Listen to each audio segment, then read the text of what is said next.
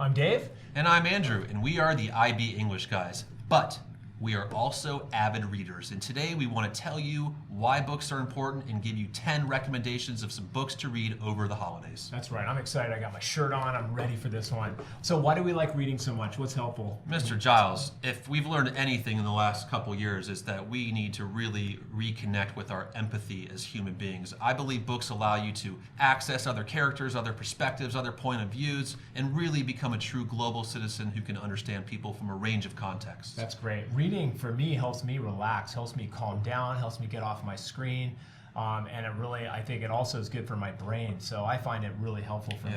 Giles, confession, I'm a thief. And I like to steal moves from other writers. So when I'm reading a great novel, I love to look at the moves other authors make, and I try to steal a couple moves and sneak those into my own writing. So I read books and try to steal from great authors. I love the ideas that I learn from books, and I think it makes for great topics of conversation to talk to people about, and I just learn so much. It just fills me with knowledge. Yeah, folks, obviously there are many reasons to read. A lot of recommendations that we get comes from the NPR website, and they have a subsection of their website called the Concierge, and if you click on that, we have the link below. You'll see beautiful dust jackets that are just books presented in a very visual way. You can click on them easily. It's an incredible way to really select something that you love. Yeah, that's great. So we're going to talk about some recent books that we read in the last year or so that we think were really powerful, and we're just going to recommend them. So this might encourage you to go out and get one of these books. The first book I'd like to talk about is called American Dirt by JEANINE CUMMINS. This is a powerful book about a mother and her son, and they're running from the Mexican drug cartel. Her husband was a journalist and he was murdered, and now they're out to get her. This book teaches you so much about an immigrant experience as they're trying to flee their country and go to the United States, and it teaches you a great deal about that journey. Yeah, I couldn't put that book down. Another book I couldn't put down, Mr. Giles, is called A Burning by MEGHA MAJUMDAR. Thank you for the recommendation, by the way. Folks, I love India. I just find India to be such a remarkable country and culture.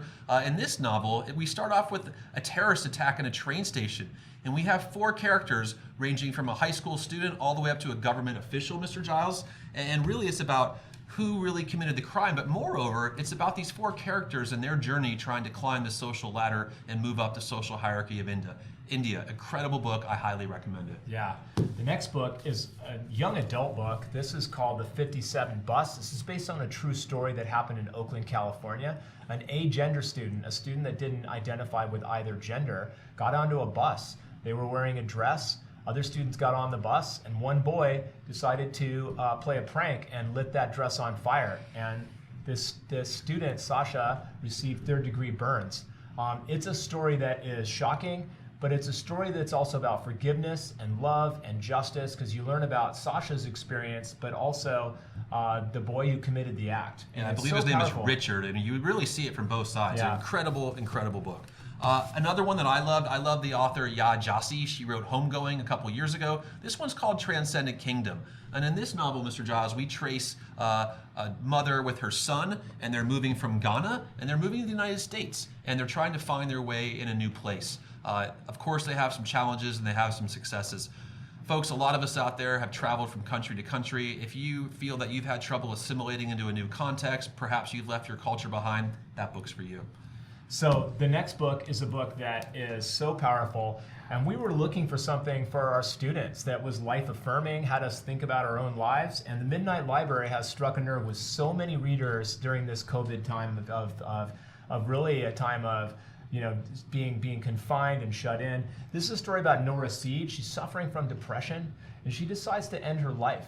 And then she's transported to a mythical library, and in this library are all these volumes, all these books. Each book is a different path that her life could have taken had she decided to choose another path. And it makes her examine her own life in a very unique way, and it made our readers and our students examine their own life and think about their own path. It is a very life-affirming and powerful book, and talks a lot about depression, but also about why life is so important to hold on to. Yeah, teachers out there, we actually read that book. We spent about a month with that text, maybe 3 weeks at that text with students, and it had no connection to the IB program. It's just a really positive, life-affirming book that we wanted to read with our seniors. Yeah, highly recommend it. Yeah, Mr. Giles, This one doesn't have the dust cover, the dust jacket, because my dog Ruby literally ate it. But the book is titled Caste, and it's by Elizabeth Wilkerson. And there's been a lot written recently about racism, about systemic racism, about the experience of African Americans. But this this nonfiction text explores it through the lens of caste. And they try to reframe the argument saying, no, this is not about skin color. This is about hierarchies in society, and this discussion should be transitioned from one about race to one about caste. Very interesting perspective, very interesting novel. I really Not a novel. Okay. Yeah, I really want to read that. The next book I read this summer. It's called The Mountains Sing, and the author is a Vietnamese writer who emigrated to Australia. She wrote it in English, and it's a story that I just love because it's from that Vietnamese perspective, and it talks about 3 generations of a family that are affected by the Japanese occupation, the communist land reform, and the war with the Americans, the Vietnam War, or in their case, they call it the American War. It's such a powerful story about enduring hardship, but also that struggle, and it teaches you a lot about Vietnam. Loved it. Giles, do I have time for one more? Yeah, you got one more. I got one more. All right, I'll tell you what. Give me a fun one. Give you a fun one? All right, I'm gonna go with this one. Project Hail Mary. This is written by Andy Weir, and of course Andy Weir wrote The Martian as well. In this text, we see a middle school science teacher, and basically he is charged with saving the world from its destruction. He's in outer space. He's looking for other intelligent forms of life out there. There are challenges along the way. It is an amazing adventure. The audiobook is absolutely outstanding. Best Mr. Josh. audiobook I've ever listened to. Yeah, so students and teachers, I like to read, and sometimes I like to listen at the same time. So I have a subscription to Audible, and I like to maybe put the audio on about 1.5, 1.8 speed and read, and I find it very relaxing. A fantastic book.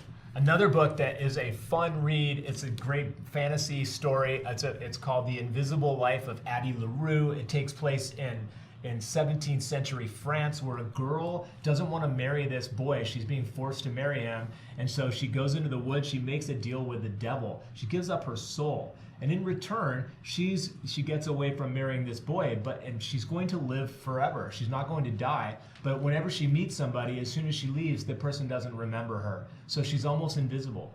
And she goes through different time periods, and then it takes place in modern day. Really sort of whimsical, great book, and a fun read. It'd be a great holiday read. Yeah, students, in closing, we hope that some of these book recommendations grab your attention and perhaps you'll read them. But, however, if none of these sound interesting, please experiment and find books that you love. And if you find something, you buy something that you don't like, put it down. It is okay to abandon books.